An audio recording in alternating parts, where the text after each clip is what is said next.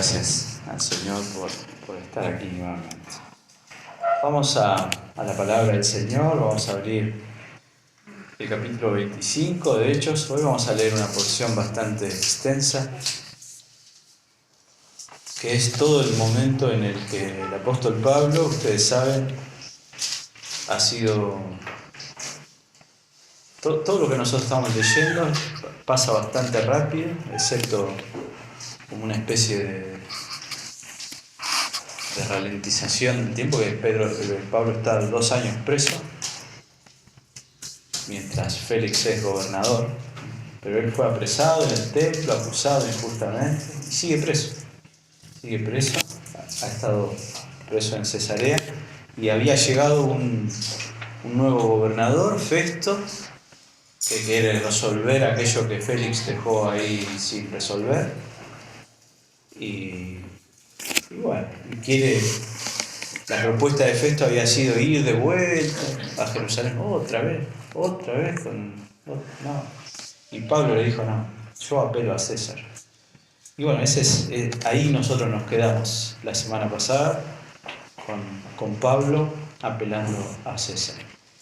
Mira, antes de leer el pasaje, me gustaría darles una imagen. Ustedes seguramente han visto películas, o los que somos más grandes, de cowboys, ¿no? De vaqueros, ¿no? Bueno, sí, a mí me gustaban las películas de vaqueros, o la familia Ingalls, todas esas películas, o esas series, que hablan de cómo se pobló el oeste de los Estados Unidos. Nuestro país se fue poblando desde el norte hacia el sur, ¿sí? Ayer estuvimos viendo con Alexis, desde el norte y desde Buenos Aires, digamos, hacia el sur, fuimos matando indios, que pasó. Pero en Estados Unidos fue distinto, fue desde el este hacia el oeste. Por eso son las películas del lejano oeste. Bueno, y hay varios factores que influyeron en que el oeste norteamericano fuera poblado. Uno de ellos fue algo que se llamó la fiebre del oro. ¿Han escuchado hablar de ese término? ¿Lo usé alguna otra vez acá? Espero que no. Bueno, en el oeste encontraron oro. Y cuando encuentran oro, ¿qué hay? Gente que quiere oro, hay mucha gente que quiere oro. Y bueno, se pobló de un montón de gente.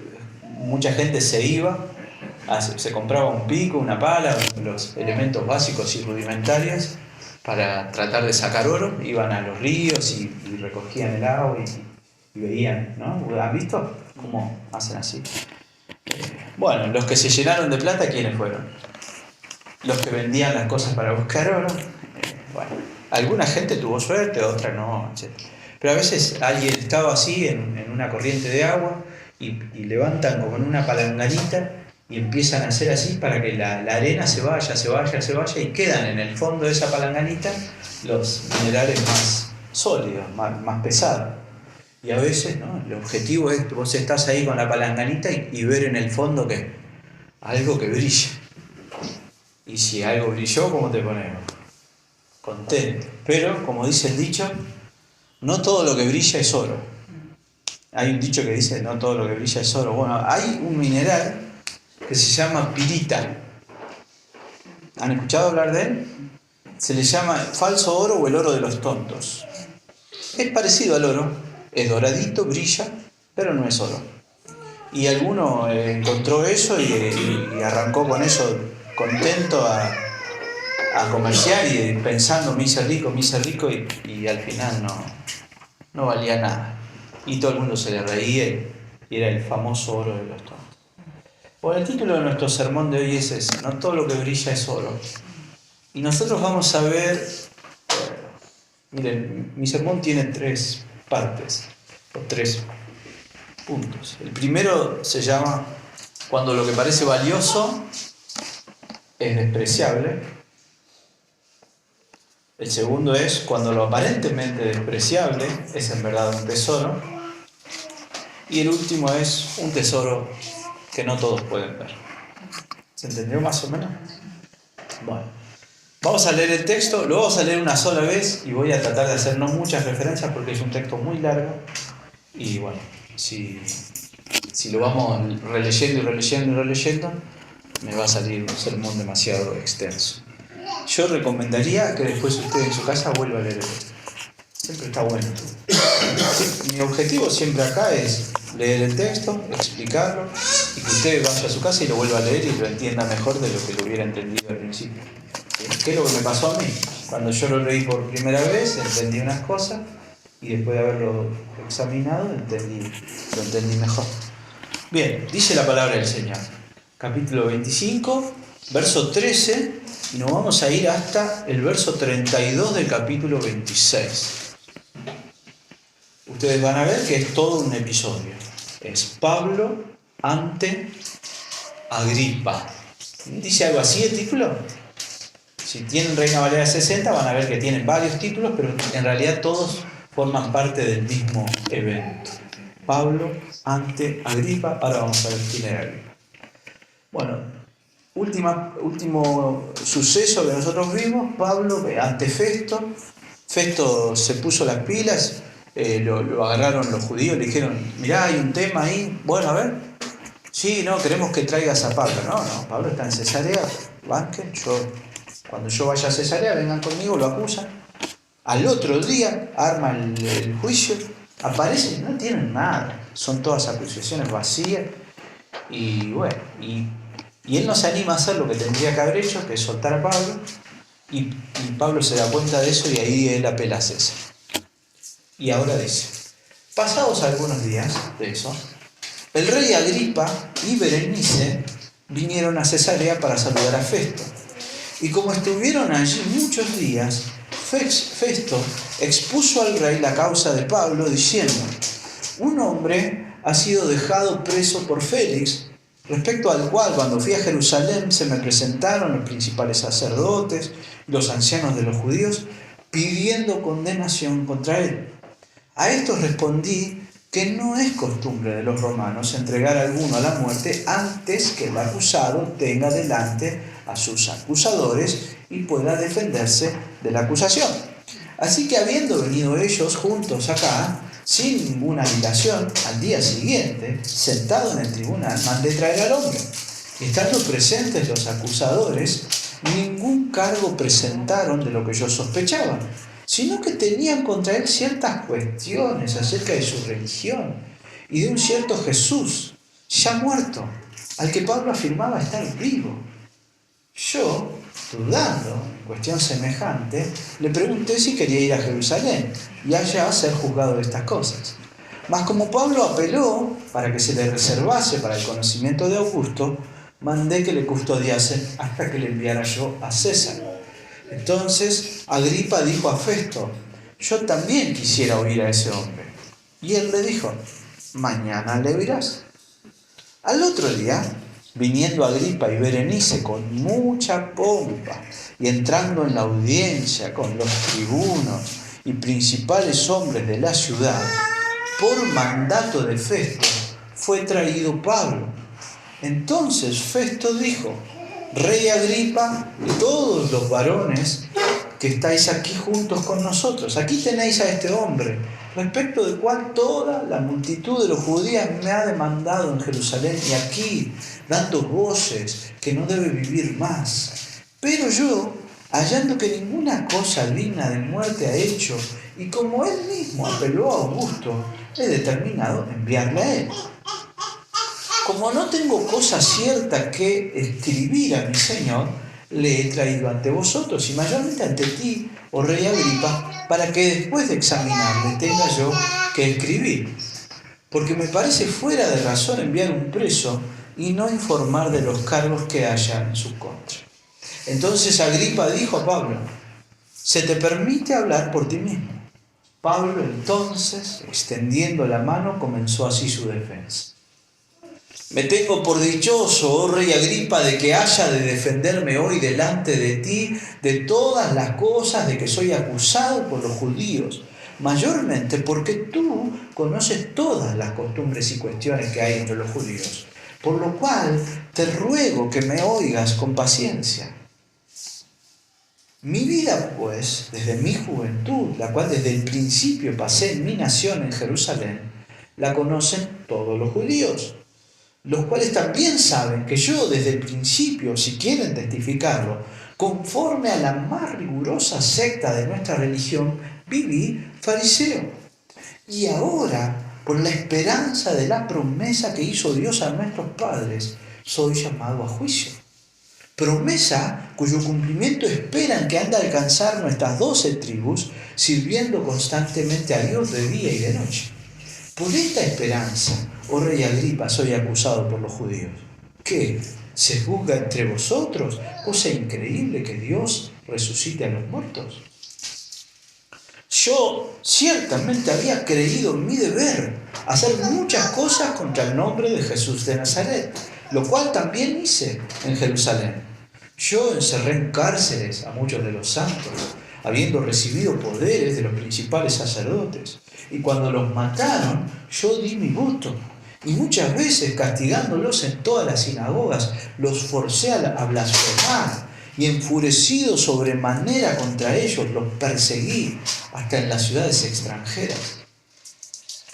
Ocupado en esto, iba yo a Damasco con poderes y en comisión de los principales sacerdotes, cuando a mediodía, oh rey, yendo por el camino, vi una luz del cielo que sobrepasaba el resplandor del sol, la cual me rodeó a mí y a los que iban conmigo. Y habiendo caído todos nosotros en tierra, oí una voz que me hablaba y decía en lengua hebrea: Saulo, Saulo, ¿por qué me persigues? Dura cosa te es dar coces contra el aguijón. Y yo entonces dije: ¿quién eres, Señor? Y el Señor dijo: yo soy Jesús, a quien tú persigues. Pero levántate y ponte sobre tus pies, porque para esto he aparecido a ti, para ponerte por ministro y testigo de las cosas que has visto y de aquellas en que me apareceré ante ti, librándote de tu pueblo y de los gentiles, a quienes ahora te envío, para que abras sus ojos, para que se conviertan de las tinieblas a la luz y de la potestad de Satanás a Dios, para que reciban por la fe que es en mí perdón de pecados y herencia entre los santificados. Por lo cual, oh rey Agripa, no fui rebelde a la visión celestial, sino que anuncié primeramente a los que están en Damasco y Jerusalén y por toda la tierra de Judea y a los gentiles, que se arrepintiesen y se convirtiesen a Dios, haciendo obras dignas de arrepentimiento. Por causa de esto, los judíos, prendiéndome en el templo, intentaron matarme, pero habiendo obtenido auxilio de Dios, persevero hasta el día de hoy, dando testimonio a pequeños, a grandes, no diciendo nada fuera de las cosas que los profetas y Moisés dijeron que habían de suceder, que el Cristo había de padecer y ser el primero de la resurrección de los muertos, para anunciar luz al pueblo y a los gentiles. Diciendo él estas cosas en su defensa, Festo a gran voz dijo: estás loco, Pablo, las muchas letras te vuelven loco.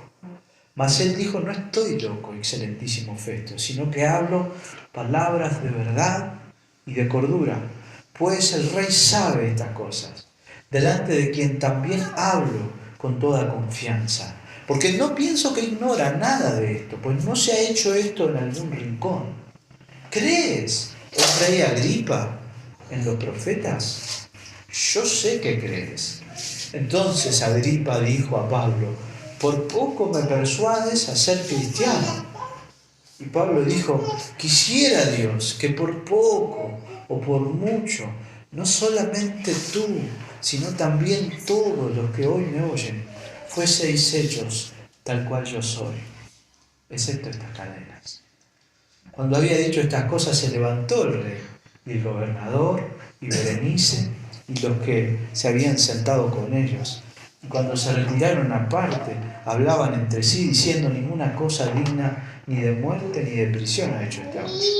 Y Agripa dijo a Festo: podía este hombre ser puesto en libertad si no hubiera apelado a César. Y hasta ahí nuestro pasaje. Interesante, ¿eh?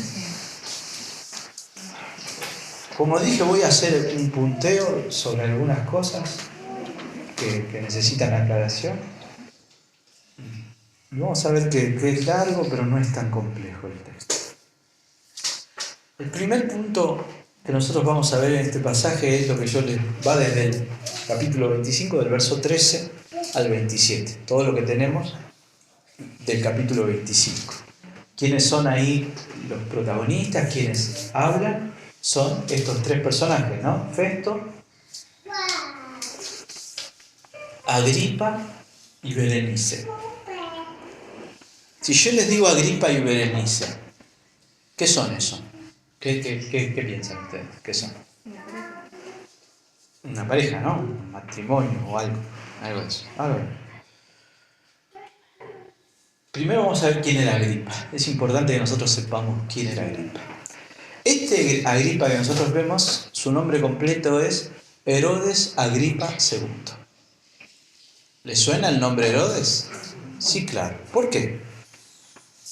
Porque él era hijo de Herodes Agripa I, que aparece en Hechos 12 y es el que condenó a Jacobo y lo mató. ¿Se acuerdan? Y que juzgó y Pedro le dijo que iba a morir y Dios lo castigó y murió consumido por gusano. Bueno, este Herodes es hijo de ese Herodes. Este Herodes es también sobrino nieto de Herodes Antipas, la dinastía de los Herodes, sobrino nieto. ¿Quién es este sobrino nieto de Herodes Antipas? ¿Quién es Herodes Antipas? El que mandó matar a Juan el Bautista. ¿Se acuerdan por qué lo mandó matar a Juan? Porque Juan le dijo que él era un pecador, porque se había casado le había robado la mujer al hermano, y no solo contento con eso, sino que miraba con codicia a su propia sobrina. ¿Vamos viendo cómo son los Herodes? Y este Herodes, Agripa II, es tataranieto de Herodes el Grande. ¿Quién era Herodes el Grande? Entre otras cosas, el que mandó a matar a cientos de niños en Belén cuando se enteró que había nacido el Mesías. Así que su linaje era un linaje complicado. ¿Quién era Berenice? Su hermana. Su amante también. Esto era escandaloso incluso entre los romanos. Tenía dos hermanas más. Una era Magnanesia, algo así, no me acuerdo el nombre, y la otra era Drusila. ¿Les suena? ¿Quién era Drusila? Fue hace poquito eso, ¿no? ¿La esposa de quién? De Félix. ¿Se acuerdan el gobernador anterior? Félix, que tenía como esposa a Drusila, que era judía Drusila, que era la tercera esposa de Félix, que ella había sido dada en matrimonio también a otro tipo, pero Félix se la había sacado. ¿Ven el trasfondo? Este es el Herodes Agripa II, que viene a visitar a Festo, que es el nuevo gobernador. ¿Sí? Es un detalle marginal, en Cesarea unas fiestas en honor al emperador Claudio, y entonces es muy probable que este rey, Herodes Agripa, viniera aquí a participar de esas fiestas. Bueno, dice Lucas, ¿no?, que vinieron por muchos días, y entonces Festo aprovechó a hablar con este Herodes Agripa. Porque, ¿qué era Herodes Agripa? Era un rey, era rey. Israel siguió teniendo reyes bajo el dominio romano, pero eran reyes que tenían que hacer lo que Roma dijera, si no, lo sacaban. Cuando este hombre muere su antecesor y él queda en condiciones de subir al trono, era muy chiquito, 17 años, y no le dieron todo el reinado. Pero para tenerlo contento, digamos, le habían dado una parte, lo habían hecho rey de una parte de lo que hoy es Líbano, por ejemplo, y le habían dado un cierto poder sobre el templo. Él manejaba el templo, la elección de los sumos sacerdotes, el tema de las ofrendas. Él estaba en eso. Bueno, se entiende entonces quién era este Herodes Agripa y quién nosotros podemos esperar de él. Porque nuestro primer encabezado es este: cuando lo que parece valioso es despreciable. Sigue diciendo, bueno, Festo entonces le presenta el caso a Agripa, le comenta, mirá, pasa esto. ¿Por qué? ¿Por qué Festo necesita hablar con Agripa? Porque Agripa es de esa zona, Agripa conoce todo los manejos de los judíos, la costumbre de los judíos, los temas que le importan a los judíos. Festo no, Festo está recién llegado, no tiene ni idea, no conoce, no sabe, necesita. Mirá, vinieron, fíjense un detalle que dice, Lucas dice, que Festo le dice, pidiendo condenación contra él. Aclara lo que habían dicho los judíos. Los judíos vinieron y lo querían matar. Para matarlo, porque dice, toda la multitud de los judíos, ¿qué me pide? Que lo maten, que lo maten. En Jerusalén me piden, hay que matarlo. Acá en Cesarea me dicen, hay que matarlo. Bueno, lo llamo, quiero ver qué tan terrible hizo. No, dice, son unas cuestiones de ellos, dice, ciertas cuestiones acerca de su religión. Y fíjense cómo lo expresa, de un cierto Jesús ya muerto al que Pablo afirmaba estar vivo. Claro, en su boca, en sus palabras, en su ignorancia, es ilógico lo que Pablo dice. Un cierto Jesús que está muerto, pero Pablo dice que está vivo. Están discutiendo eso, si está muerto o está vivo. Es una discusión de una cosa que no tiene importancia, es cosa de ellos. No entiendo por qué lo quieren matar. Pero resulta que ahora el tipo me dice que apela a César. ¿Y yo qué tengo que hacer? Mandarlo a César. Pero yo tengo que mandarlo con un informe que diga, César, yo te mando a este prisionero para que es un ciudadano romano, para que sea juzgado en tus tribunales. No es que lo fuera a juzgar César directamente, pero había la Corte Suprema, piensan en nuestra Corte Suprema, ¿no?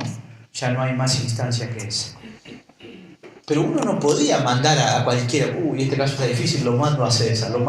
¿Por qué?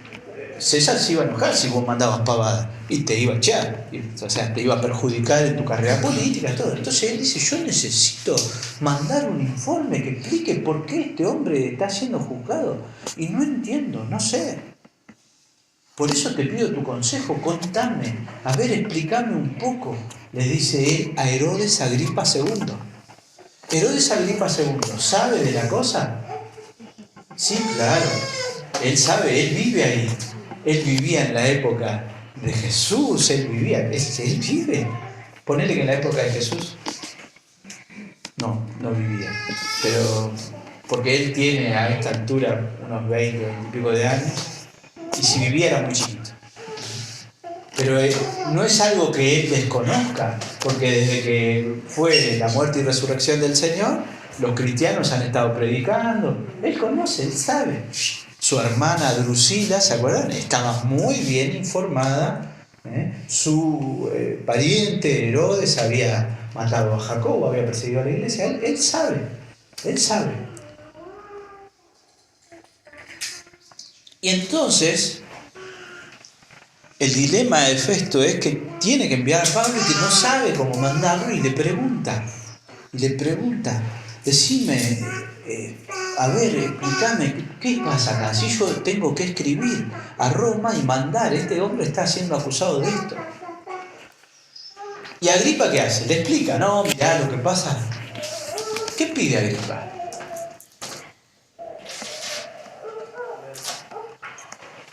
Quiere conocerlo, dice, yo quiero escucharlo.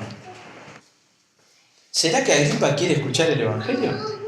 ¿Será que Agripa está interesado en la verdad? No, en realidad Agripa no está detrás de la verdad. Ese es otro dato, ¿no? Dice. Entonces Agripa dijo a Festo, estoy en el verso 22, yo también quisiera oír a este hombre.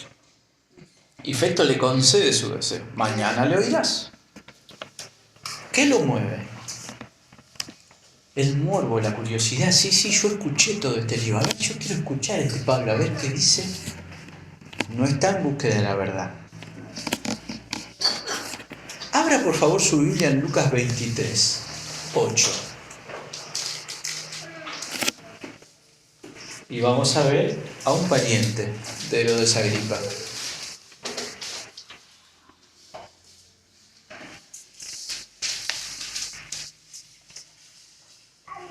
Lucas 23, 8. ¿Qué dijo la cosa?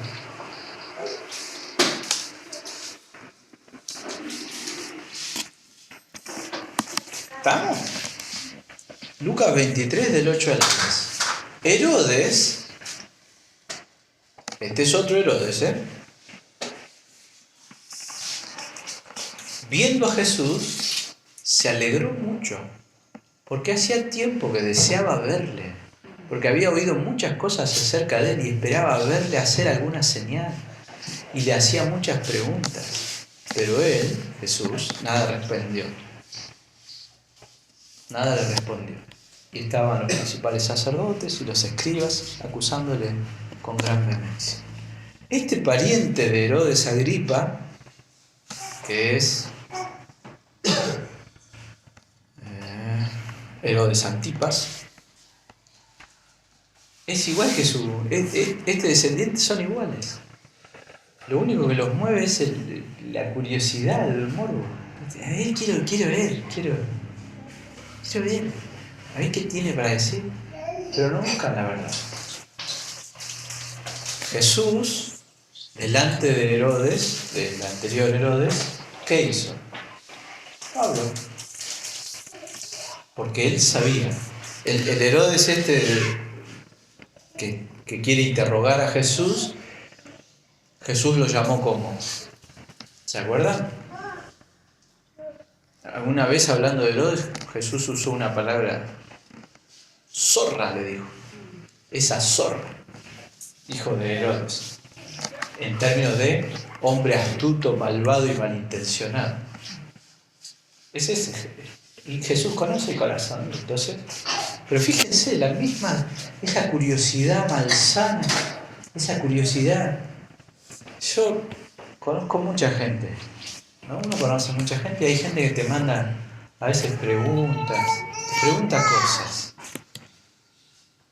Y a veces hay cada pregunta de cosas que... ¿En serio querés saber eso? ¿Para qué? ¿Para qué? ¿Cómo? Digo, nadie de acá. ¿En qué te edifica? Saber de qué color eran las piedras que tiró David. ¿Para qué? ¿Para qué estás buscando? Es tremendo. Herodes es un curioso, pero un curioso por morbo. No está interesado en la verdad, no quiere saber la verdad. Y yo decía que el encabezado acá es cuando lo que parece valioso es despreciable. Miren cómo sigue el pasaje del verso 23. Quiero que hagan un ejercicio de imaginación. Píntense un cuadro. Nosotros lo leemos y no nos damos cuenta. ¿No? ¿Se entendió hasta ahí Herodes? Entonces le dice a Herodes, vamos a ir a Agripa. Agripa le dice a Pedro, yo quiero verlo, Pablo. Dale, vamos a armar algo y vamos a traerlo. Yo te lo traigo, no hay problema si está bajo mi... Yo digo, lo traigan. Mañana. Mirá lo que vamos a organizar. Vamos a organizar algo bien. Al otro día, dice, viniendo Agripa y Berenice con mucha pompa. La palabra pompa ahí es fantasía en griego, que no significa lo mismo. A ver, nosotros usamos fantasía cuando imaginamos algo real. En Argentina nosotros decimos que alguien es re fantasma. Viene de ahí, re fantasma. Sos re fantasioso, que inventás, que es eso. Ostentación. Lo que hay acá, ustedes imagínense un auditorio y entra el rey Agripa con la pincha más llamativa que tenga. Berenice, su hermana amante, también con todo lo mejor que tenga. Siguen, y dice, el feto con todo lo mejor que tenga. porque él también es el representante de el imperio. No contentos con eso, y se entran en la audiencia con los tribunos. Los tribunos son los jefes militares más importantes. Nosotros ya conocemos a uno, a Claudio Lisias. ¿Se acuerdan? Bueno, en Judea había 5. Este hizo venir a los 5. Que estén los 5. Todo con esos trajes romanos, con los penachos rojos acá. Todo, mucha pompa, mucha fantasía, mucha ostentación. Así que estaba el rey, esta chica Berenice, estaba Festo, estaban los tribunos, estaban los soldados, con los tribunos y principales hombres de la ciudad. Todo el mundo estaba ahí. Era un circo eso. Hay algo que es acá muy marcado en el pasaje, que es el contraste entre todo esto, que quiere ser valioso, que quiere aparentar valioso y al final es despreciable, y lo que realmente es valioso. Y dice, ¿no? Bueno, ahí plantea todo. Y todos ellos estaban ahí. Y debe haber sido, sin duda, un espectáculo deslumbrante de ver. Lo que yo veo en este pasaje es eso, un deseo de ostentar, un deseo de mostrar poder, de mostrar lujo. Y uno mira a Agripa y dice, mirá, ese manto le da de comer a 3 ciudades por 10 años. Si lo ven. Esa corona alimenta 1000 huérfanos por 20 años. Y ellos están ahí ostentando. Y un despliegue militar, un despliegue político, un despliegue de lujo. ¿Pero qué hay? En esto hay pura ignorancia, miren. Este Jesús dicen que murió, pero vive. Y Agripa, que sí ha escuchado, que sí sabe, es un hombre que vive una vida absolutamente reprobable. Ni hablar para los judíos, hasta para los romanos era asquerosa la forma en la que vivía. El segundo punto, la segunda parte de nuestro pasaje, acá es más larga esta parte, es el verso 1 al 23 del capítulo 26. Cuando lo aparentemente despreciable es en verdad un tesoro. Porque el contraste es toda una audiencia enorme, unas instalaciones lujosas, los mejores vestidos, todo. Y entra este hombre que la Biblia nos describe, peladito, peticito, curcuncho, con cadenas, humilde, hasta que abre la boca. Y eso que es despreciable, ahí está el tesoro. El tesoro está ahí, el valor está ahí. Todo aquello que parecía valioso en realidad es vanidad. Pero esto que parece despreciable a los ojos del mundo es como, yo no conozco, ¿no? Pero miren, si uno se encontrara nosotros la levantaríamos porque somos de levantar cualquier cosa. Pero si nosotros fuéramos al mar y nos encontráramos una almeja de esa que está toda con cositas pegadas y todo, vos decís, es llamativo. Pero cuando vos la abrís, adentro está una perla. Bueno, Pablo es una almeja, no es llamativo. Es humilde, no.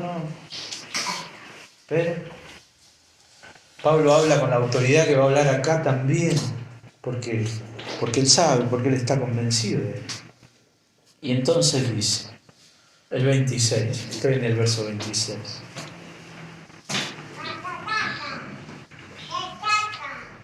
Agripa le dice a Pablo, habla tranquilo, ¿no? Y empieza Pablo diciendo, reconociendo algo importante, me tengo por dichoso, rey Agripa, de que haya de defenderme hoy delante de ti de todas las cosas de que soy acusado. Mayormente, porque tú conoces todas las costumbres y cuestiones que hay entre los judíos. Pablo sabe que va a hablar con alguien que tiene la capacidad de entender lo que va a decir. Y si esa persona conoce y sabe de aquello que va a hablar Pablo, ¿qué quiere Pablo? piensen, ¿cuál es el objetivo de Pablo al hablar acá? Piensen.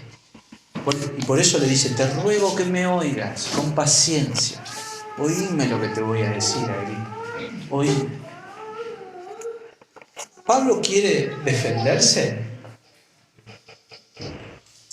¿Pablo quiere ser liberado?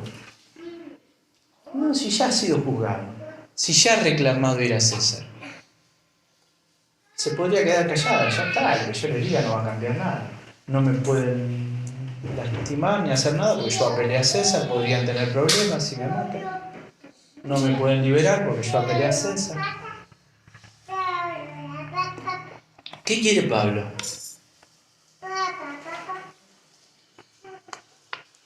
Lo escribí así yo. Pablo pide a Agripa que lo escuche con atención, porque este hombre calvo, de baja estatura y aspecto insignificante, puede pararse delante de ellos, porque la autoridad no reside en él mismo, sino en el mensaje que tiene para compartir. Y le va a hablar Pablo de su conversión. Hago aquí un paréntesis. Tómese el trabajo, capítulo 9, capítulo 22. Hay los dos relatos previos de la conversión de Pablo. Cada relato es distinto. ¿Por qué? Porque cada relato tiene una audiencia distinta y un enfoque distinto. Por ejemplo, en este relato que Pablo va a hacer ahora, no aparece mencionado Ananías. Porque el énfasis de Pablo está puesto en otro lado. Él quiere que Agripa entienda otro lado. Cuando Pablo habla a los judíos, Pablo habla de Ananías como un gentil, como un judío piadoso o respetuoso de la ley, porque quiere que entiendan, que comprendan eso, ¿sí? Y si Lucas, en un mismo hecho, en un mismo libro, el libro de Hechos, cuenta 3 veces lo mismo, es porque es importante. Y sí, claro que es importante. Lo que Dios hizo por Pablo, en Pablo, a través de Pablo, es importante. Y él va a hablar en su declaración de 3 cosas. Primero va a hablar de su pasado como fariseo, después va a hablar de su fanatismo como perseguidor de la iglesia y después va a hablar de su encuentro con el Salvador y con su llamado. Porque acá el énfasis de Pablo en su relato de su conversión está puesto en miren lo que yo era, miren lo que ahora soy por causa de Cristo, porque Cristo hizo eso en mí. Y porque Cristo me llamó, yo no puedo hacer otra cosa que aquello a lo que Cristo me llamó. Y por eso me acuso, porque yo estoy obedeciendo a Dios. Vamos a analizar un poco algunas partes. Estamos ya en el capítulo 26. En el verso 4 empieza lo que Pablo habla de su pasado, de sus primeros años. Él les dice, mi vida desde mi juventud, todos estos que están acá la conocen, la saben, porque yo de chiquito me vine a Jerusalén, de chiquito aprendí con Gamaliel. Y no era cualquiera que vivía y vendía papas fritas en la plaza, no, yo era un fariseo, yo estudié,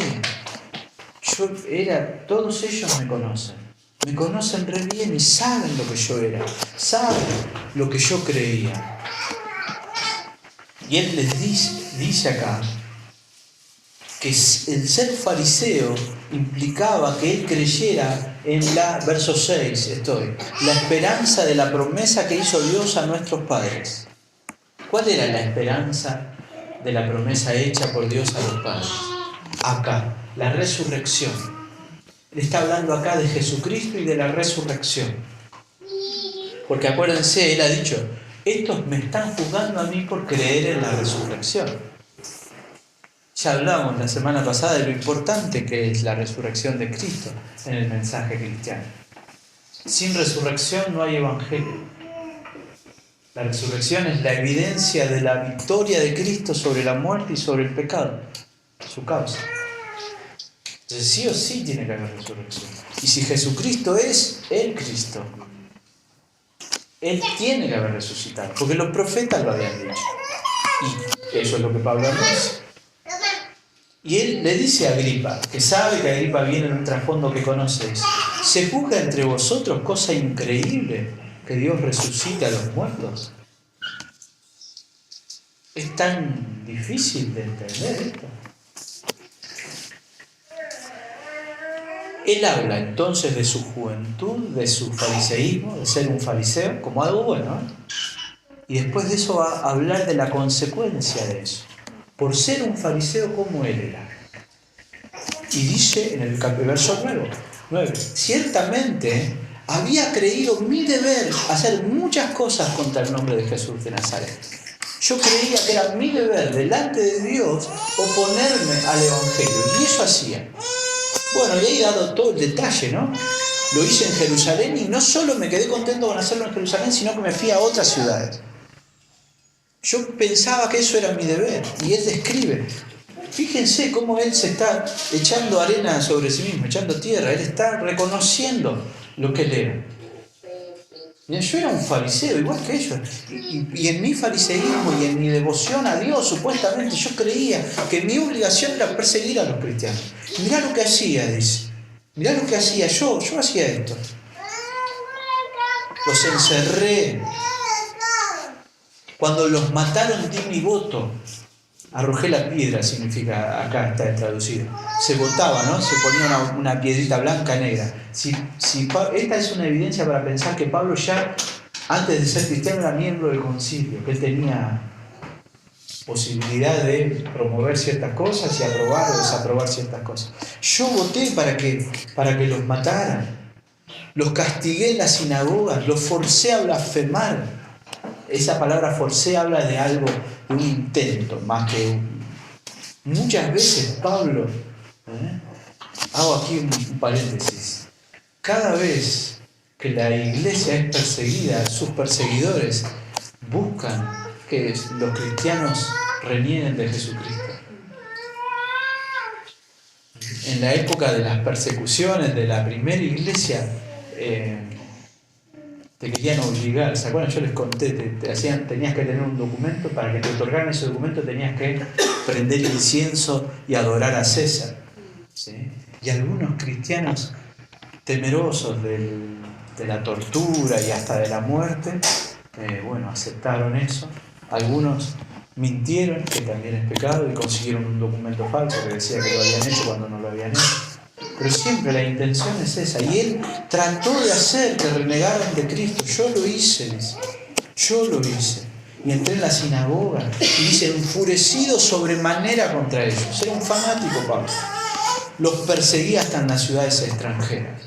¿Y a qué ciudad extranjera iba Pablo? A Damasco. Y acá él empieza ahora a contar. Y el énfasis está puesto en este pasaje en su llamado, en cómo el Señor los llama. Porque quiere que Agripa entienda y que todos los que ahí entiendan por qué él hace lo que hace, por qué él predica lo que predica. Dice, y estoy en el verso 12, iba yo a Damasco, vi una luz del cielo, y está ese famoso evento que acá se narra casi igual, Saulo, Saulo, ¿por qué me persigue? Y él cae ahí. Y él hace una aclaración. Él cae y se levanta. El Señor le dice que se levanta. Y dice que solo él entiende. Todos escuchan como un ruido. Todos ven una gran luz, pero solo él ve al Señor. Todos escuchan un gran ruido, pero solo él entiende la voz del Señor. Es Dios hablando. Es Jesús glorificado, suena su voz como el estruendo de muchas aguas, dice muchas veces la Biblia, ¿no? Los otros no entienden, él entiende el llamado. Y el Señor le dijo, yo soy Jesús a quien tú persigues. Y acá él agrega un detalle, que está uniendo Pablo aquí lo que le pasó acá en el camino a Damasco, su visión en el templo, ¿sí? Levántate y ponte sobre tus pies, le dice el Señor, porque para esto he aparecido a ti. Y acá está el llamado que Pablo le hace, para ponerte por ministro y testigo de las cosas que has visto. Y de aquellas en que me apareceré a ti. Y hay una promesa del Señor, el verso 17, librándote de tu pueblo y de los gentiles, a quienes ahora te envío. Vos no te preocupes, yo te mando, andá y predicá. Si yo no quiero que los judíos te lastimen, no te van a lastimar. Si yo no quiero que los gentiles te lastimen, no te van a lastimar. No te van a matar. No van a impedir que vos sigas predicando. ¿Lo lastimaron a Pablo? Usé una palabra. Sí, lo lastimaron. Lo agredieron, lo apedrearon, lo azotaron, pero no lo pudieron detener. ¿Pablo dejó predicar cuándo? Cuando el Señor dijo, va. Cuando el Señor dijo, hasta aquí has sido fiel, ya está. Ya está. Pero la pasión de Pablo, acuérdense lo que dijo. Para mí, el vivir es Cristo y el morir es ganancia. Y yo quisiera morirme, porque me quisiera ir con mi Señor. Pero yo, si todavía puedo seguir predicando a Cristo, yo le pedí al Señor y el Señor me dijo que sí, que me iba a dejar un poquito más para que yo siga haciendo esto, anunciándolo. Y fíjense, muy interesante, 3 veces Pablo le va a hacer a Agripa, porque le habla a Agripa, porque Pablo se para delante de Agripa y le habla, al rey le habla, cara a cara, y le dice, para que él explica, hace una síntesis de lo que el Evangelio es delante de Agripa. ¿Para qué lo llamó el Señor? Verso 18. Para que abra sus ojos. Porque aquel que no ha conocido a Jesucristo, ¿cómo está? Ciego, no ve. ¿Cómo Pablo va a abrir los ojos de los demás? Anunciándoles a Jesús.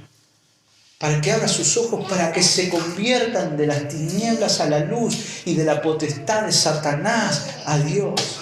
Porque todo aquel que no ha escuchado y creído lo que yo estoy enseñando, dice Pablo, lo que yo estoy transmitiendo, está en la oscuridad, está en rebeldía contra Dios, está ciego. Y dice, para que reciban por la fe que es en mí. ¿Quién dice es en mí? Jesús. Jesús dice eso, por la fe que es en mí. ¿Qué pueden recibir?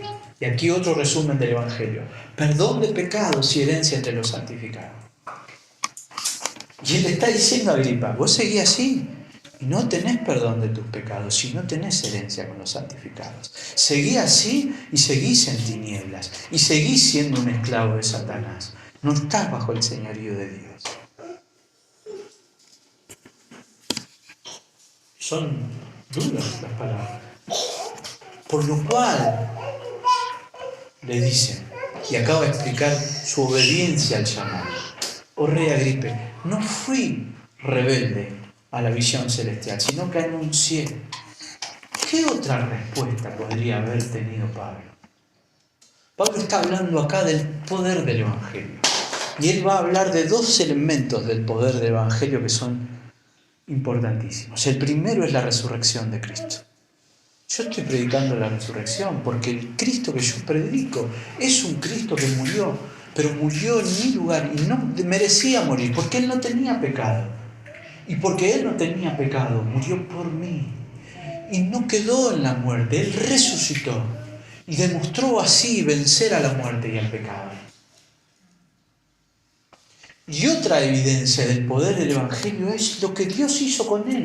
Fíjate lo que yo era fariseo, yo era perseguidor de la iglesia y el Señor mismo se me apareció a mí y mis rodillas se quebraron delante de él. Yo caí abrumado por su gloria, por una visión que me encegueció y él me dijo, Pablo, ¿por qué me perseguís? ¿Y quién sos? Yo soy Jesús, a quien vos perseguís. Y Jesús le dice, yo te llamo, ahora yo te llamo y yo te envío. Vos me vas a conocer y vas a saber quién yo soy. Y yo te voy a enviar, y yo te voy a cuidar. Y te voy a mandar para que prediques en toda Jerusalén. Y los que antes eran tus cómplices se van a escandalizar por lo que vos vas a predicar. Pero no solo eso, te voy a mandar a los gentiles. Y yo también ahí te voy a cuidar. ¿Y sabes qué? Los judíos se van a enojar porque vos les lleves la palabra de Dios a los gentiles. Pero yo te he puesto por testigo. Por testigo. Pablo es como esa almeja, esa que le decía yo al principio. Afuera, ¿qué hay? Nada, una cáscara llena de cosas. No es linda.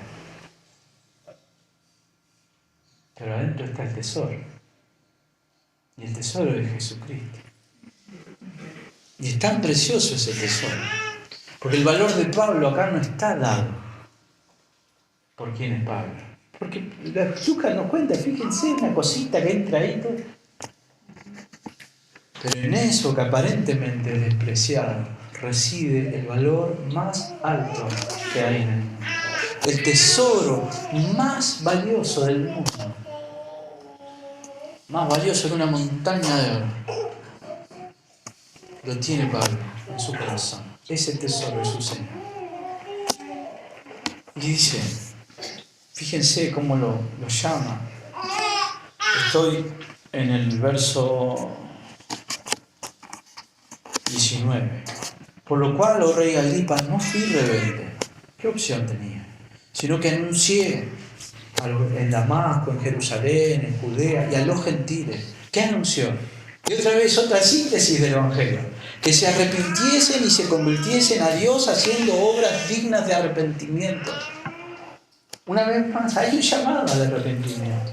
Arrepentite y que sea evidente, que tu forma de actuar muestre que vos sos una persona que está arrepentida.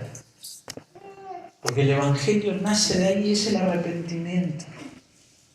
Lo que caracteriza a un cristiano no es dejar de ser un pecador para convertirse en un santurrón perfecto. Hay un cambio en nuestras actitudes, sí, por eso habla de obras de arrepentimiento.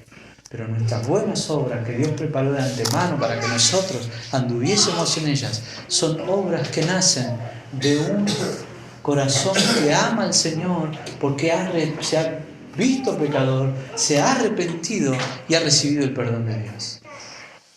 Esas son obras de arrepentimiento, obras que nacen de un corazón arrepentido. Si Agripa se hubiera convertido al Señor, toda su vida hubiera cambiado. Y Pablo dice, verso 21, por causa de esto, porque yo predicaba a los gentiles, los judíos me prendieron en el templo, me intentaron matar. Pero hasta acá Dios me auxilió. Estoy en el verso 22. Habiendo obtenido auxilio de Dios, persevero hasta el día de hoy. Porque si Dios me guardó hasta hoy, ¿yo qué hago? Sigo predicando. ¿A quién? A grandes, a pequeños y a grandes. Y no estoy diciendo nada fuera de las cosas que los profetas y Moisés dijeron que habían de suceder.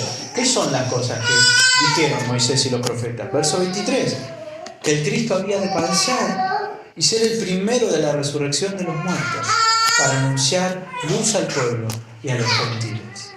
Todas estas cosas eran anunciadas, todas estas cosas eran necesarias. Sin Cristo, nosotros todavía seríamos víctimas de la muerte y del pecado.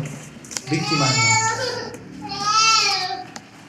no quiero usar la palabra víctima. Seríamos merecedores de la muerte. Seríamos merecedores de la muerte, merecedores de la oscuridad. Pero Él vino, Él murió, Él resucitó. Por eso nosotros tenemos luz. Los judíos que creen en Cristo tienen luz.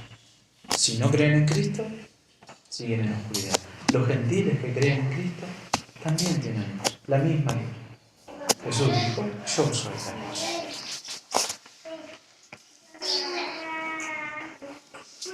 Último punto. Dijimos nosotros en primer lugar entonces que a veces lo que parece valioso, en realidad es así, lo que parece valioso es despreciable. Y lo que aparece despreciable o sin valor es en realidad un tesoro. Es Cristo. Pero es un tesoro que no todos pueden ver. El Evangelio es un tesoro que no todos pueden apreciar. No todos. Verso 24. Diciendo él estas cosas en su defensa, Festo a gran voz dijo, ¿qué dijo? Estás loco. Vos estás loco, Pablo. ¿Cómo vas a decir eso? ¿Qué locura es esa? Un hombre que venció a la muerte, un hombre que resucitó. 1 Corintios 1:21 dice: pues ya que en la sabiduría de Dios el mundo no conoció a Dios mediante la sabiduría, agradó a Dios salvar a los creyentes por la locura de la predicación. Porque los judíos piden señales y los griegos buscan sabiduría, pero nosotros predicamos a Cristo crucificado. Para los judíos, ciertamente, tropezadero, y para los gentiles, locura. Mas para los llamados, así judíos como griegos, Cristo, poder de Dios y sabiduría de Dios. Y déjenme seguir leyendo hasta el verso 31, porque tiene que ver esto que dice acá con la actitud de Pablo. Porque lo insensato de Dios es más sabio que los hombres, y lo débil de Dios es más fuerte que los hombres. Pues mirad, hermanos, vuestra vocación, vuestro llamado, que no sois muchos sabios según la carne, ni muchos poderosos, ni muchos nobles, sino que lo necio del mundo escogió Dios para avergonzar a los sabios, y lo débil del mundo escogió Dios, y lo que no es para deshacer lo que es, a fin de que nadie se jacte en su presencia. Mas por Él estáis vosotros en Cristo Jesús, el cual no ha sido hecho por Dios sabiduría, hecho por Dios sabiduría, justificación, santificación y redención, para que, como está escrito, el que se gloría, gloríese en el Señor. Pablo les responde: no estoy loco, sino que hablo palabras de verdad y de cordura. Y otra vez interpela a Agripa y le dice, verso 26, el rey sabe estas cosas. Le está contestando a Festo, ¿no? Que le gritó loco. No, no estoy loco. Y el rey sabe que yo no estoy loco. Porque todo esto de lo cual yo hablo, y con toda confianza, él no lo ignora. No se ha hecho esto en algún rincón. O sea, todo el mundo vio a Jesús crucificado. Todo el mundo se enteró que la tumba había quedado vacía. Todo el mundo se enteró del complot que habían armado y que no pudieron para negar la resurrección. La resurrección de Cristo fue evidente para todos. La resurrección no fue un evento privado que Dios le mostró solo a los discípulos. Esa suele ser a veces un argumento contra el cristianismo. No, bueno, porque esa fue la defensa de los judíos. No, estos fueron, escondieron el cuerpo y ahora dicen que resucitó, pero en realidad no, estaba re muerto, lo escondieron. ¿No? Me pregunto yo, ¿quién escondería un cuerpo? Y después estaría dispuesto a dar su vida por una mentira, como lo hicieron Pedro, Jacobo. Pero fue público. Y Agripa lo sabe, porque Agripa estaba ahí. Él es judío, él vivía, no es como Festo, un recién llegado, él sabe.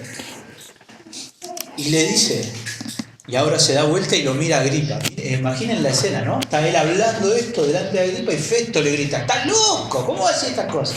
Y él se da vuelta y le dice a Festo, no estoy loco, lo que yo hablo es la verdad. Y el rey lo sabe. El rey sabe estas cosas, que yo estoy predicando la resurrección de Cristo. Y eso él lo sabe porque fue público. Y él se dirige en el verso 27, lo mira a Agripa, se da vuelta y le dice a Agripa, y lo interpela otra vez. ¿Qué quiere Pablo? Que Agripa se convierta, quiere anunciarle el Evangelio.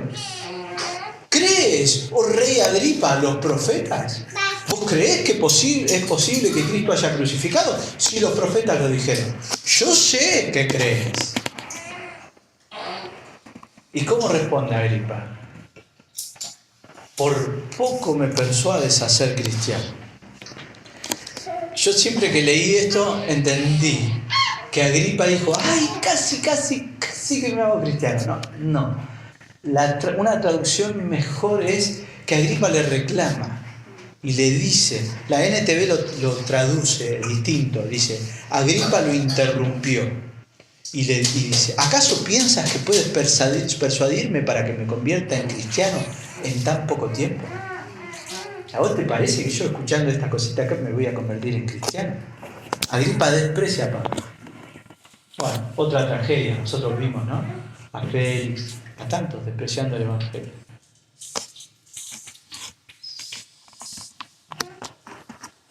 Y yo, miren, para ir viendo el texto me lo imprimí y fui resaltando en negrita las partes que a mí me parecieron importantes ir focalizando.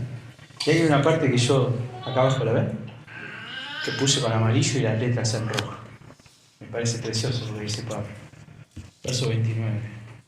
Pablo dijo: quisiera Dios que por poco o por mucho, no solamente tú, sino también todos los que me oyen, fueseis hechos tales cual yo soy. Excepto estas cadenas. Las cadenas son... ¿En qué sentido dice? Yo quisiera que todos ustedes fueran como yo. Que todos ustedes tengan el tesoro que yo tengo. Que todos ustedes conozcan al Jesús con el que yo un día me encontré y me cambió la vida. Yo quiero eso. Ojalá vos creyeras. El cristiano predica. Cuando se le presenta la oportunidad, tira el temita y a veces van a preguntarte por curiosidad y no. Pero bueno, vos aprovechás. Con ese deseo, que lo que yo tengo, que aquel al que yo conozco, que aquel que es el tesoro. Porque el valor de Pablo es eso. Su tesoro es el mensaje que él le fue encomendado. El Señor en quien ha creído. Es eso.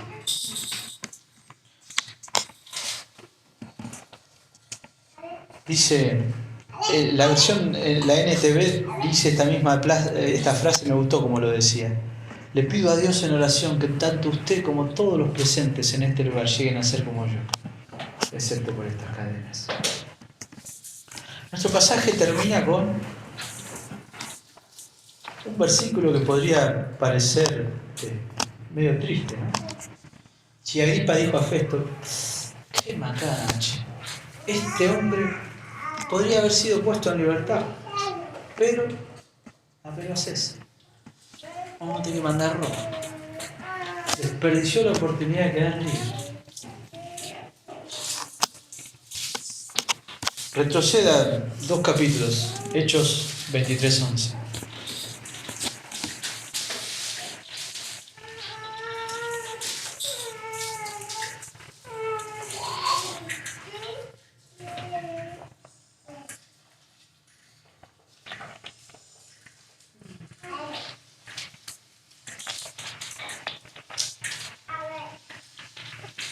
¿Encontró?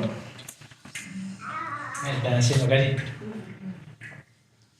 El Señor, con Pablo en la prisión, se le aparece en visión y le dice: ten ánimo, Pablo, pues como has testificado de mí en Jerusalén, así es necesario que testifiques también en Roma. Que Pablo fuera a Roma era necesario. Y ellos no lo saben, ellos lo lamentan, pero están siendo instrumentos en las manos del Señor. Y sin embargo, la verdad les pasó al lado y no la vieron. Terminemos.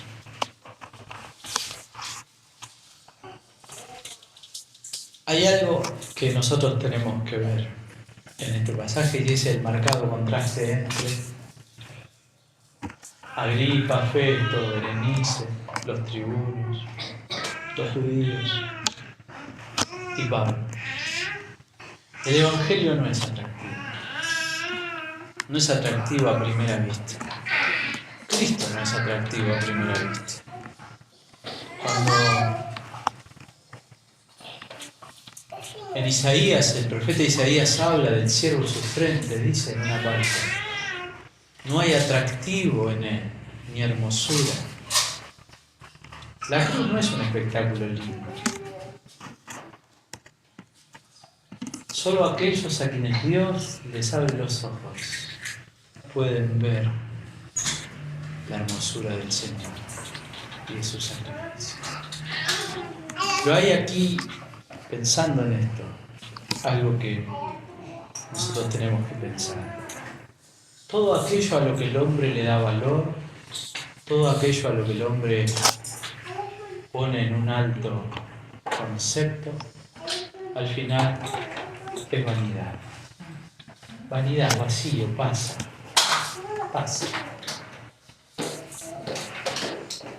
Yo a veces abro los portales de noticias, ¿no? Me gusta saber las noticias y veo, ¿no? Yo soy un hincha independiente. Parece que ahora, no sé qué hubo un escándalo con unos jugadores, unas modelos. No sé bien qué pasó.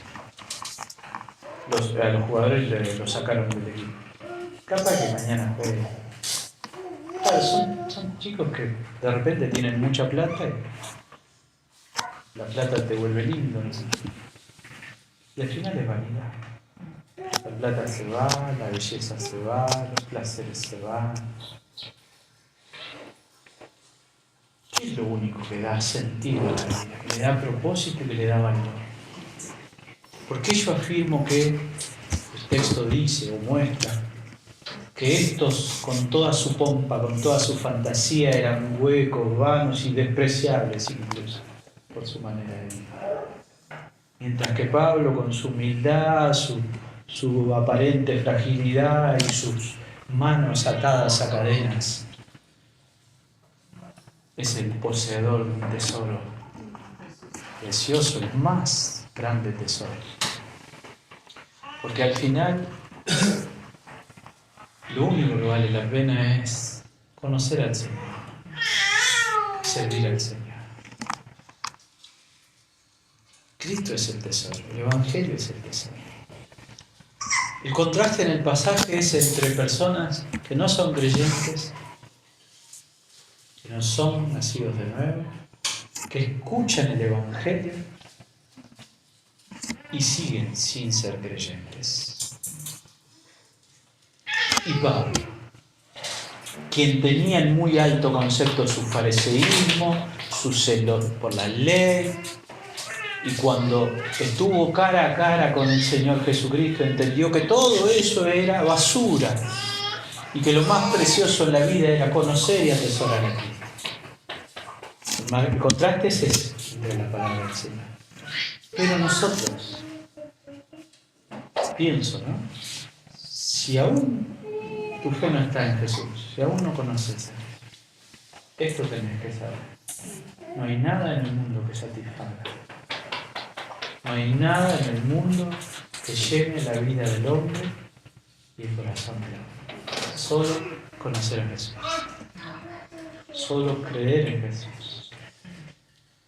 Pero si somos ya creyentes, si hemos sido salvos por el Señor, todos los días nosotros también tenemos que ver el valor en aquello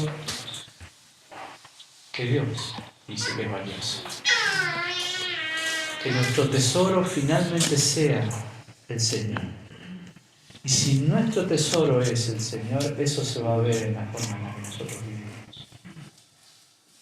Nuestras decisiones y nuestras actitudes siempre terminan mostrando qué amamos, cuál es nuestra fidelidad, cuál es nuestra escala de referencia. Mi oración es esta: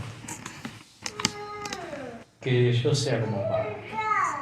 Que yo sea como Pablo en haber puesto mi fe en Cristo, pero que yo también sea como Pablo, incluso si me toca que Dios me dé valentía, ¿no? Pero si incluso fueran necesarias las cadenas. Pero ¿y lo que hacía valioso a Pablo qué era? El Señor. El Señor. Lo valioso de Pablo es el mensaje que él trae y que él predica a Cristo crucificado.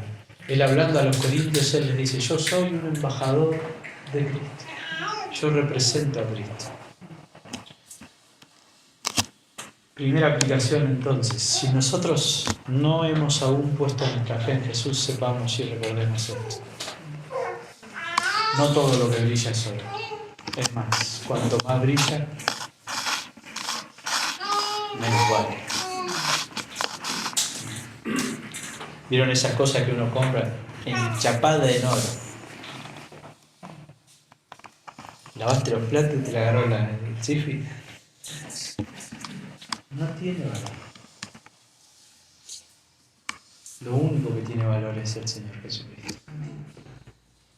Para nosotros los creyentes. Primera aplicación. Sepamos, recordemos, vivamos esto. Cristo es el tesoro. Cristo es el tesoro. Siempre. ¿Dónde nosotros vamos a pretender encontrar valor, sentido, propósito, si no es en el Señor? Amén. Oremos.